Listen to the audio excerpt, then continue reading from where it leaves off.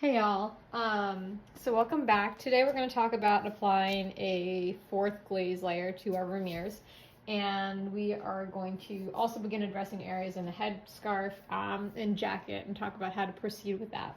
So real quick, what we have out, because we're dealing with a slightly broader color range, is we have our ultramarine out. We have our yellow ochre. We also have a little bit of burnt umber. I have some white. I have some cobalt blue, which is a little bit warmer. And then I also have a cadmium yellow. And of course, we will also need some cadmium red. Now, at this point, depending on where you're at in the process at which you've been glazing, you might need some more of some of these than you will of the others, and that's totally fine. At this point, you should really be making decisions on how to catch the correct tonality of the skin based on what your own painting dictates. So if you used a little bit more yellow ochre in the beginning, you might need a little bit more red. If you used a lot of red in the beginning, you might need to walk it back and kind of soften it with some yellow ochre or some umber. So again, using your best judgment, that'll determine what your next steps are. So this is sort of determining a point of departure, but you don't need to follow it precisely from here on out unless you want to. All right, so now that we've kind of talked about what's on our palette, I also want to touch base in terms of medium. I'm pretty much walking away from the Gamsol. The one area that we are going to still use some Gamsol in addition to our linseed oil and Galkid is in areas like the scarf and jacket, just because we haven't applied any paint there. So let's turn this over to the easel and talk about what's on there. All right, so looking at our Vermeer, this area is really pretty well established.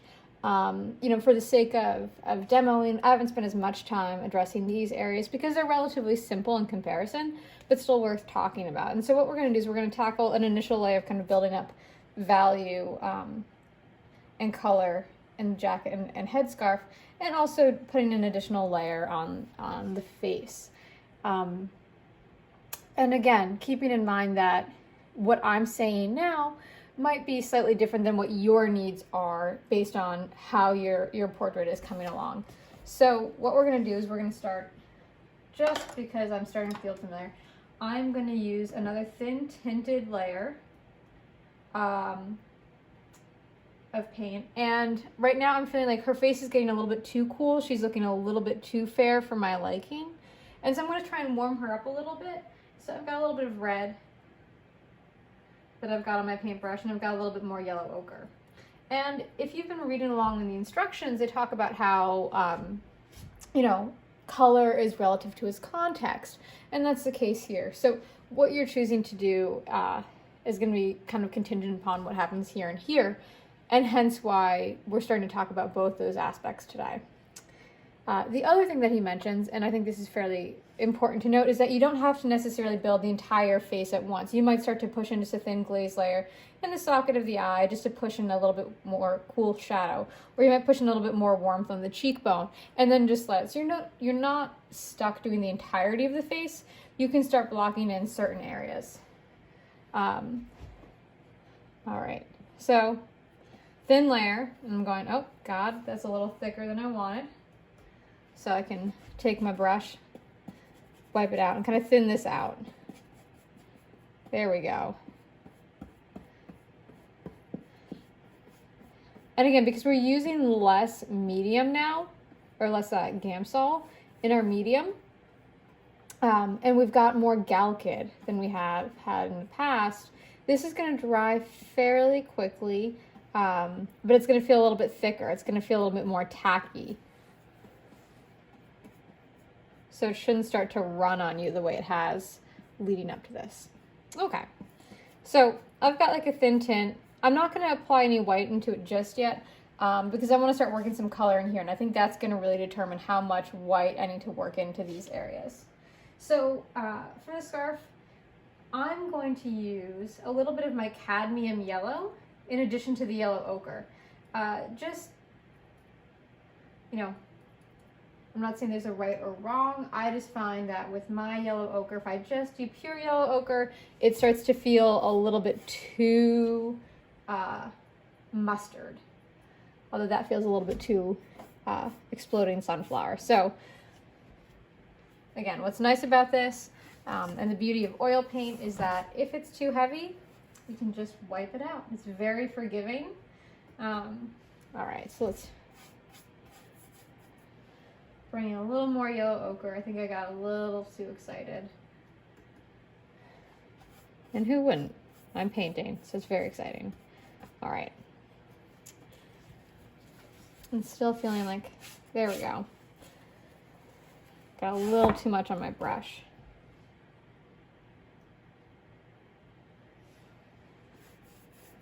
And you'll notice, and this is very important, to make sure that you're referencing an image.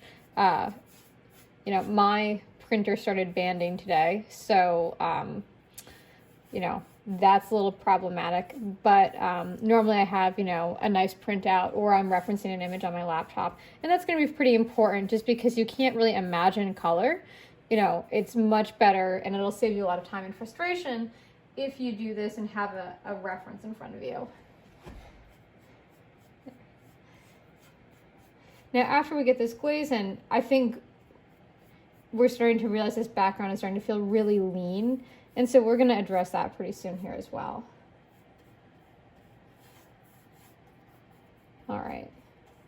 So I've got a thin glaze of yellow. And what you might find as you build this is, because, you know, we have multiple colors in here, I might start to push in some ultramarine into these shadows ultimately. And I'll probably bring some yellow back into the base of the headscarf. You know, they're not meant to be paint by numbers. I'm just putting down a base layer so I have a foundation, and then I can build those different hues in once I've got this set.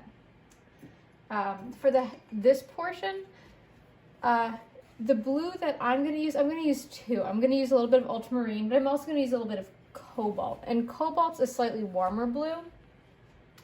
And so that'll be kind of nice in the highlights. Let's see how I did.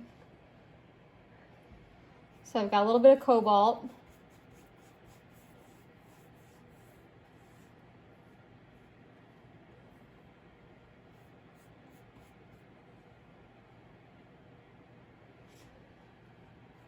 Again, right now I'm using my wide sable brush. You don't have to. You can use whatever makes you happy. Oh, get out of her forehead.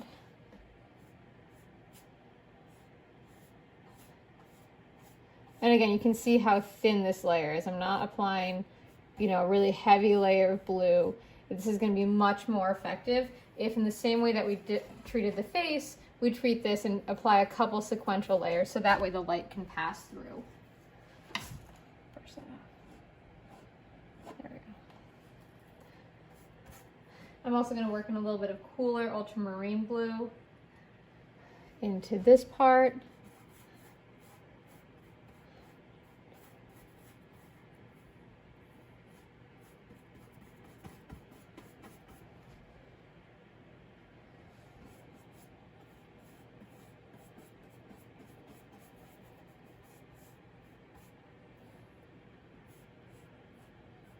All right, so that's feeling pretty good. I'm gonna give this a second and start addressing this. And then I'm gonna, in the same way I did with the face, dry brush in a little bit of white into these areas, just to bring back those high key lights. So for this, I'm gonna primarily use some yellow ochre. I might also pull in a little bit of burnt umber, just kind of push it a little bit farther. And again, one thing, you know, I frequently see students really rush these areas, and granted, they don't require the same amount of labor as perhaps the face does. It's still important to treat them methodically and still do those lean layers of glaze. If you don't do that, you're going to be faced with something that kind of feels a little bit cakey, and it might feel out of place. And like I said in the last video, it's a pandemic, and so we're all stuck at home. So, you know, we've got a little bit of extra time on our hands to, I guess, literally we can sit around and watch paint dry, or rather than sit around and watch paint dry, you could start another painting, which would be my sage advice. Okay, so that's blocked in. Again, I'm just gonna let that kind of chill for a few moments. I know that we've got a little bit of color and some context. I feel much better starting to work back into the face. Already she doesn't feel quite so oddly fair, right? The color around her face is already starting to help a lot, so. And like I said, this isn't something you want to walk away from. Case in point right there. That is problematic. So don't walk away. Make sure that the medium is starting to set up before you let this, you know, hang out, or else that's going to be very challenging to fix.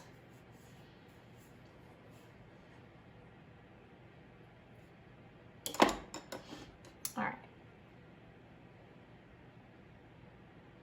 So now, because, you know, we're able to work a little bit more selectively, like I said, we have that foundation. I'm going to be more strategic in where I'm starting to place my paint. So right now I've got a little bit of glaze with a little bit of cadmium red and then a little bit of yellow ochre.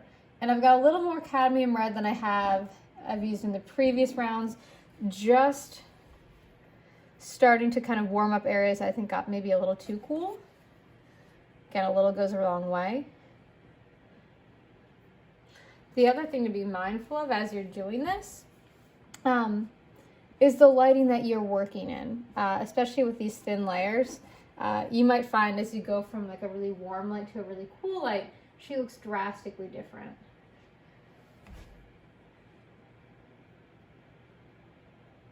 So where possible, try and be consistent with your lighting. Again, that's not always easy, but just be mindful that that can really change how these colors read.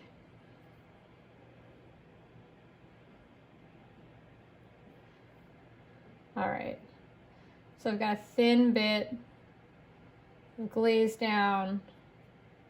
I've warmed it up some, got a little bit of red in there. I think once I work in some white, I think I'm going to be very happy with this, but we'll find out.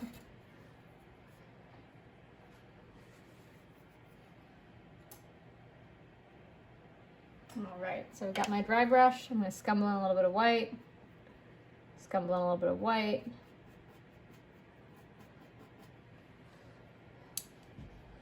Work that in with my detailed brush.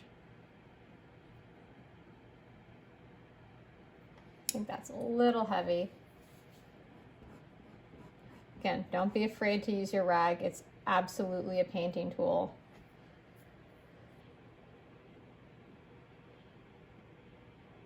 And one of the issues, and this is why I always say, you know, it's better to use thinner, lighter layers, is with glazing, like, I don't know if you can see this through the camera lens, it's actually really cool right here, and that's fairly accidental.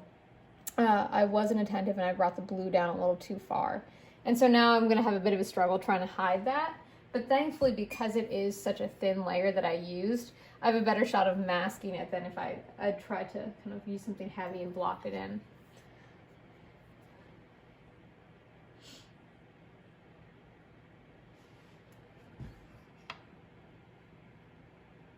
Warm that up, hopefully hide that kind of cool tone. Maybe I'll let that set for a few moments.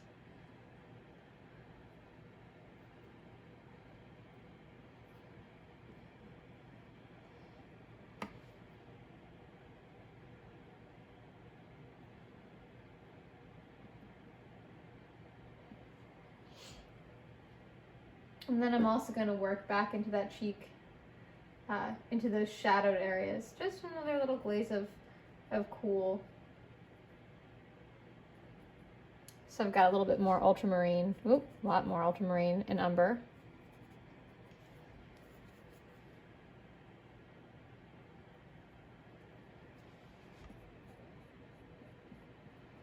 There we go. And I'll kind of blend that out as well. Just trying to make sure that I have those really rich shadows as well as those really well-developed highlights.